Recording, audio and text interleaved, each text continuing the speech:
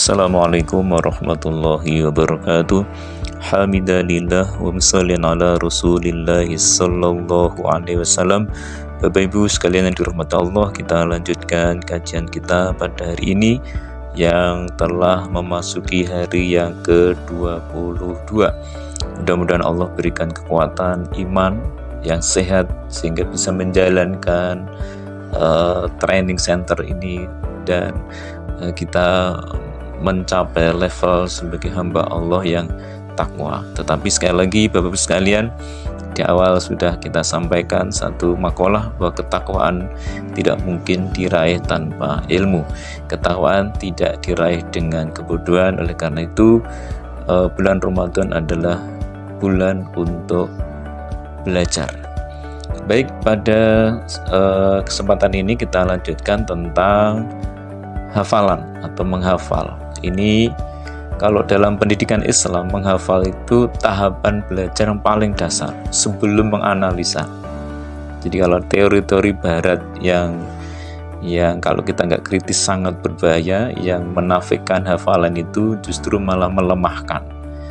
Jadi akibatnya seperti kita lihat kualitas intelektual sekarang ini mengalami penurunan ya kalau kita bandingkan dengan masa-masa keemasan di masa dulu ya.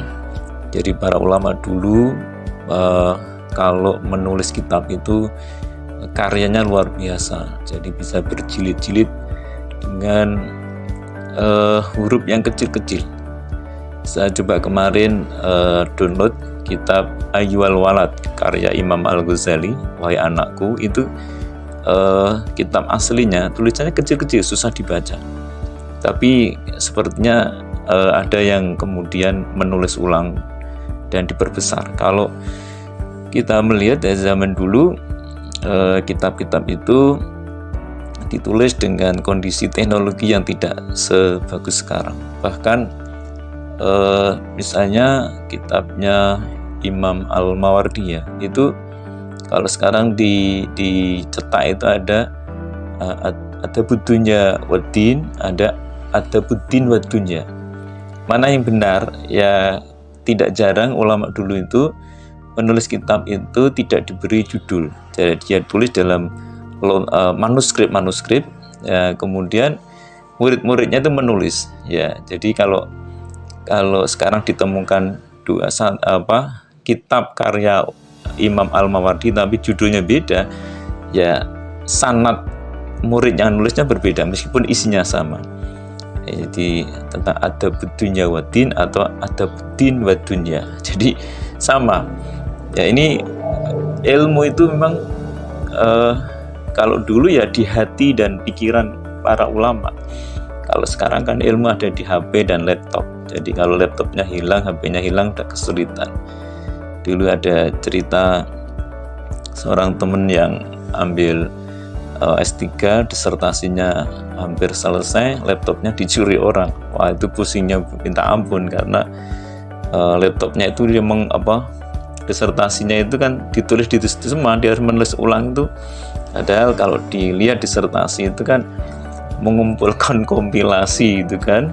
Jadi kalau ulama dulu bisa menulis ulang itu karena seperti pada masa Khilafah Abbasiyah ya, ketika banyak literatur Islam dihancurkan oleh tentara Mongol, pada periode berikutnya banyak sekali ulama-ulama yang kayak menulis ulang. Sekalipun ada perbedaannya, itu tidak sampai substansial. Jadi sama ketika ada kisah termasuk di Spanyol ya, ketika Spanyol dihancurkan, kitab-kitab fikih di sana susah didapatkan. Tapi ada seorang murid yang bisa menulis kitab fikihnya Imam Malik, dan kemudian dia dibawa ke timur di negeri Arab untuk dicocokkan.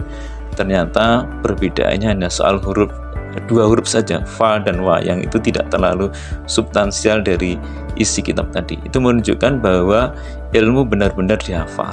Nah, di kitab Ta'lim Muta'alim diberikan teknik menghafal. Wayan bagi ayyukarriro sabaqal amsi khamsa marratin.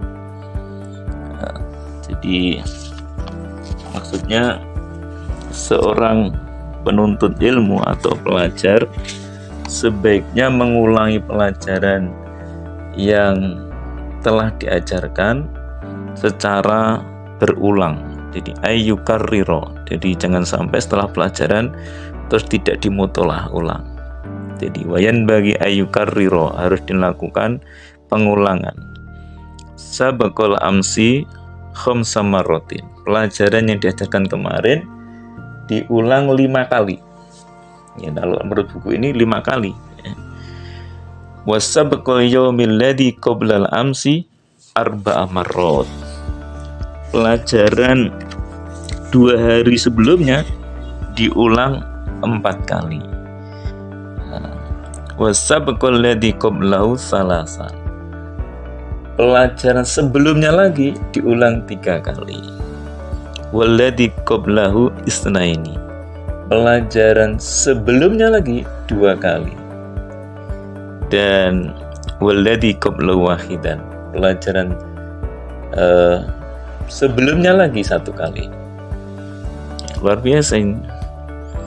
Fahada ad'a ilal khidzi.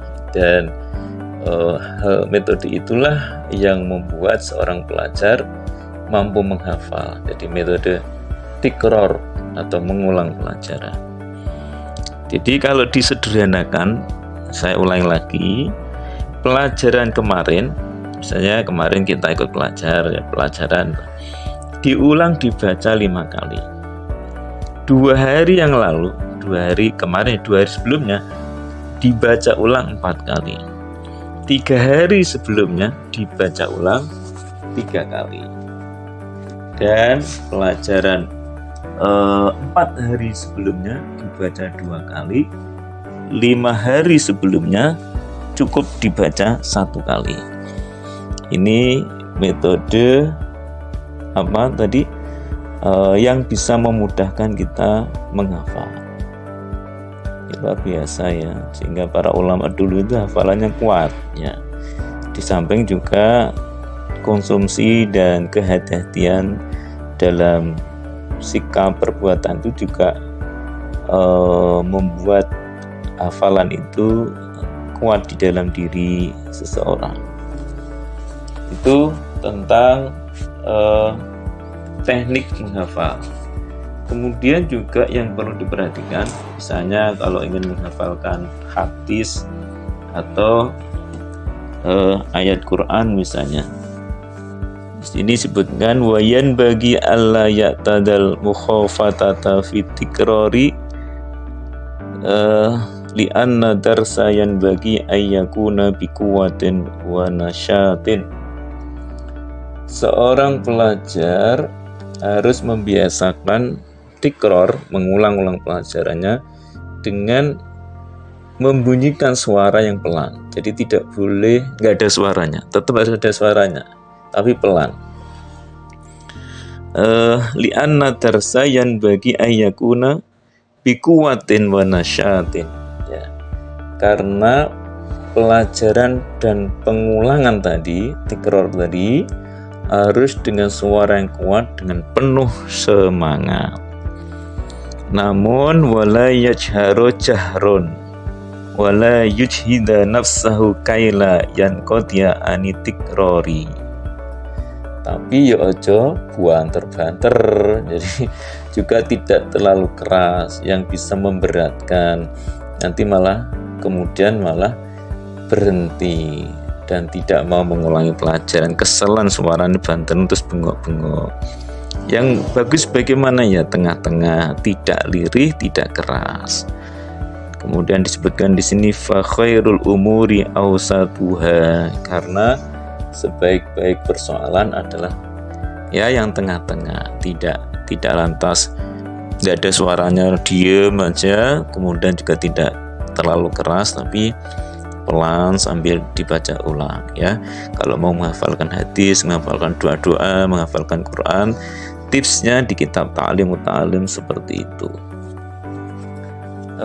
Itu tentang hafalan. Kemudian kita akan lanjutkan juga topik berikutnya sedikit tentang tawakal ya. Tawakal ini penting juga ya, ini pada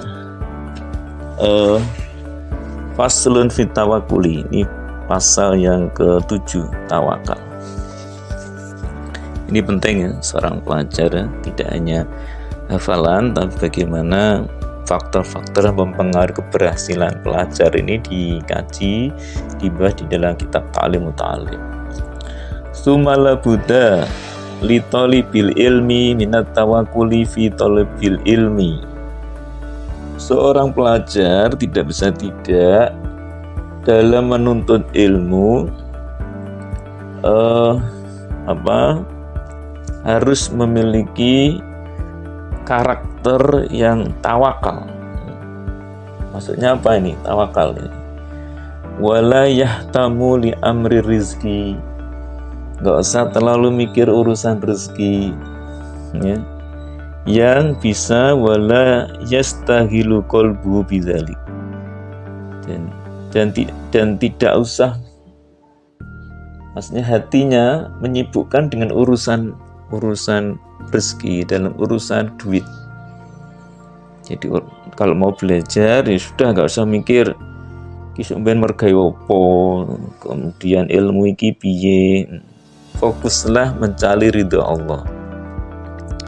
Makanya kan di awal kajian kita, niatlah belajar karena ingin mendapatkan ridho Allah. Kemudian urutan belajarnya, ilmu-ilmu fikihnya dipelajari, jangan ditinggalkan. Kemudian pelajarilah ilmu-ilmu yang untuk menambah ilmu-ilmu yang terkait masa depan, yang itu tentu disesuaikan dengan passion Anda. Tapi sekali lagi jangan berpikir matematika bahwa ilmu ki kanggo golek duit macam-macam, enggak. Kalau kita ikuti kajian kitab ini ya, ini harus tawakal. Nanti siapa yang sibuk dalam urusan ilmu akan dicukupi Allah. Ini Rawa Abu Hanifah rahimahullahu alaihi an Abdullah bin Hasan Az-Zubaydi sahibi Rasulillah sallallahu alaihi wasallam. Jadi dari Abu Hanifah meriwayatkan dari Abdullah bin Hasan Az-Zubaydi, sahabat Rasulullah sallallahu alaihi wasallam, menjelaskan bahwa man tafaqqa fi dinillahi kafahullahu hammahu. Siapa saja yang fokus semangat mempelajari agama Allah, maka Allah akan mencukupi hammahu, apa yang menjadi cita-citanya, wa razaqahu, dan rizkinya, min haitsu la yahtasib, dari arah yang dia tidak sangka, tidak perkirakan. Jadi sekali lagi ini perlu ketawakalan. Jadi ora usah mikir aku sinau ngene iki sumben payu pora, jurusannya gak favorit, macam-macam. Berdoalah kepada Allah, Allah kasih rezeki lewat passion Anda, ilmu yang Anda pelajari. Yakin. Dan sebagaimana yang disampaikan oleh sahabat Rasulullah tadi ya. Jadi Abdullah bin Hasan Az-Zubaydi, bahwa siapa yang mempelajari agama Allah, Allah akan cukupi keinginannya dan rezekinya. Ini saya kira itu mungkin kita lanjutkan besok tentang urusan tawakal ini pengantar supaya kita punya gambaran yang positif. Maksudnya orang itu tergantung fokus perhatiannya. Kalau Anda fokus pada ilmu dan mencari ridha Allah, percayalah Allah akan menolong Anda ya. Tapi kalau Anda ragu, ya Allah membuktikan keraguan Anda. Sebagaimana diskusi ana inda dzanni abdi bi, aku itu sebagaimana persangkaan hambaku kepadaku. Kalau Anda yakin bahwa Anda di jalan yang benar, Anda menuntut ilmu, Anda fokus perhatian menguasai ilmu, percayalah Allah akan menolong Anda. Tapi kalau Anda ragu-ragu, ya Allah buktikan keraguan Anda. Kembali lagi pada urusan iman, keyakinan bahwa apa yang kita lakukan ini dalam rangka balik noneng niatnya meneh golek ridhanya Allah Subhanahu wa taala. Saya kira itu untuk kajian singkat kita. Billahi taufik wal hidayah. Assalamualaikum warahmatullahi wabarakatuh.